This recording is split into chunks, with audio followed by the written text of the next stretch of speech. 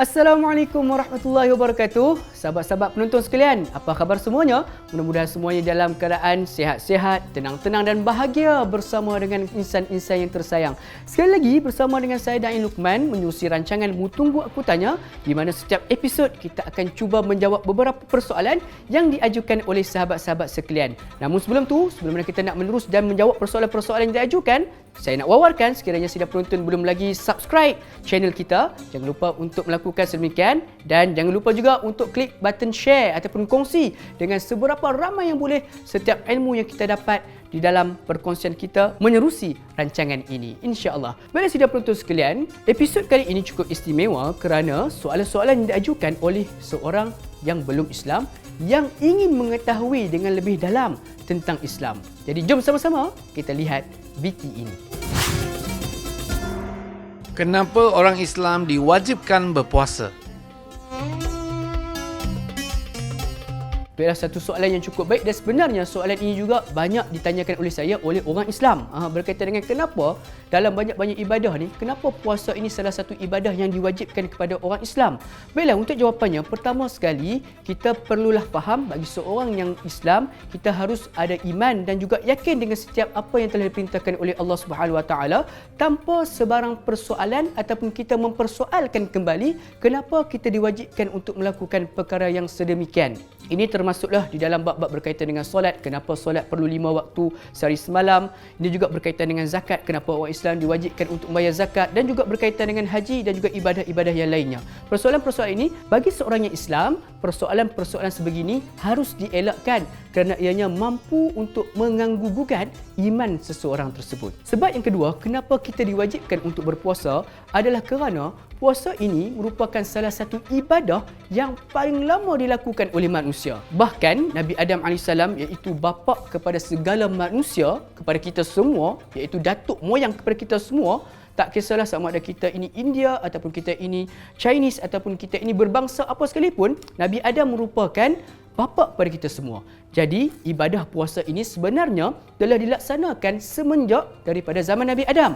Cuma pelaksanaan syariatnya itu berbeza. Seperti mana kita lihatlah, kalau puasa Nabi Daudnya caranya berbeza, Nabi Ayubnya pula caranya berbeza, Nabi Muhammad ataupun yang kita lakukan sekarang pun caranya berbeza. Bagaimanakah cara yang dilakukan oleh Nabi Adam AS? Dalam Al-Quran, Allah Subhanahu Wa Taala telah pun menyebut berkaitan dengan, pertama sekali harus kita faham maksud puasa. Puasa bermaksud, dari segi istilahnya bermaksud menahan diri. Seperti mana yang kita sedia maklum, Nabi Adam AS telah pun diperintahkan oleh Allah Subhanahu Wa Taala untuk menahan diri. Ini maksud puasa tadi, menahan diri daripada menghampiri sebuah pokok. Namun begitu, Nabi Adam AS telah pun melakukan larangan tersebut, telah pun melanggar larangan tersebut dan menghampiri pokok tersebut yang pada akhirnya dia dan juga Siti Hawa telah dimurka oleh Allah Subhanahu Wa Taala menyebabkan dia dibuang daripada syurga turun ke bumi ataupun ke langit dunia. Ini sebagai pengajaran buat kita bersama supaya untuk melaksanakan puasa. Kerana sekiranya kita tidak melaksanakan puasa, maka kita telah pun melanggar arahan daripada Allah Subhanahu Wa Taala dan kita tidak mahu disebabkan oleh kita melanggar perintah Allah Subhanahu Wa Taala ini menyebabkan kita menerima kemurkaan Allah Subhanahu Wa Taala. Wallahu alam. Jom sama-sama kita saksikan soalan yang kedua. Kenapa hari raya haji orang Islam kena korbankan seekor lembu atau kambing? Baiklah, satu soalan yang menarik berkaitan dengan kenapa kita umat Islam ni dituntut oleh syariat untuk melaksanakan ibadah korban sewaktu mana hari raya haji. Pertama sekali kita harus sedia maklum bahawa hukum melaksanakan ibadah korban adalah sunat dan bukanlah satu kewajipan. Ini adalah kerana ibadah korban ini hanya dituntut bagi orang yang berkemampuan. Maka pada saat itu orang yang tidak berkemampuan, mungkin disebabkan tidak ada kewangan yang kukuh sebagainya, tidak dituntut untuk melaksanakan ibadah korban ini. Sekaligus menceritakan bahawa tentang hebatnya Islam, bersifat kebajikannya Islam ini kepada orang-orang yang tidak berkemampuan. Seperti mana yang kita ketahui, ibadah korban ini sepertiga daripada daging ataupun hasil korban kita tersebut perlu disedekahkan kepada golongan fakir dan miskin. Ini mengatakan bahawa ibadah korban ini sebenarnya bukanlah hanya untuk diri kita, tetapi untuk meraihkan mereka-mereka yang tidak senasib dengan kita. Yang keduanya, umat Islam dituntut untuk melaksanakan ibadah korban sewaktu mana musim raya haji adalah bagi mengenang kembali peristiwa sewaktu mana Nabi Ismail AS hampir-hampir dikorbankan oleh Nabi Ibrahim AS. Ini menceritakan kisah berkaitan dengan seorang pengorbanan seorang ayah terhadap anaknya dan juga pengorbanan seorang anak kepada ayahnya, dan juga menceritakan juga kepada kita tentang ketaatan seorang ayah dan anak kepada Tuhannya. Dan ini bermaksud seseorang yang melaksanakan ibadah korban sebenarnya pada saat itu dia bukan melakukan untuk dirinya, bahkan ianya melakukan untuk membuktikan ketaatannya kepada Allah Subhanahu Wa Taala. Dan sebab yang ketiga, kenapa kita dituntut untuk melaksanakan ibadah korban sewaktu mana hari raya haji adalah sebagai ganti kerana kita tidak mampu untuk melaksanakan ibadah haji kerana kita kurang berkemampuan ataupun ada sebab-sebab ataupun kekangan-kekangan yang menyebabkan kita tidak mampu untuk melaksanakan ibadah haji tersebut. Ini juga berdasarkan peristiwa yang pernah berlaku di zaman Rasulullah SAW. Sewaktu mana Nabi SAW ingin menunaikan haji bersama dengan para sahabat, mereka telah disekat oleh kaum kafir Quraisy sehingga tercetusnya perjanjian Hudaibiyah. Dan di antara isi di dalam perjanjian Hudaibiyah tersebut mengatakan bahawa umat Islam tidak boleh melaksanakan ibadah haji pada tahun tersebut, tetapi perlu melakukannya pada tahun yang akan datang.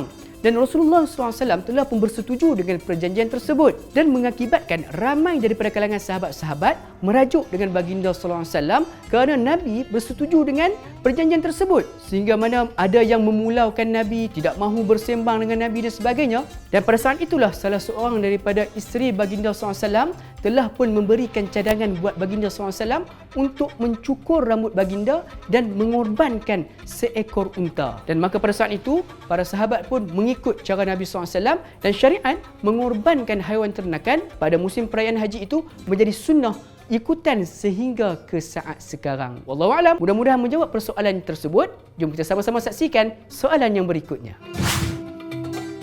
Bolehkah seorang yang bergelar ustaz menunjukkan kekayaan amal ibadat yang dia lakukan dengan niat untuk mengajar orang ramai lakukan ibadat yang sama?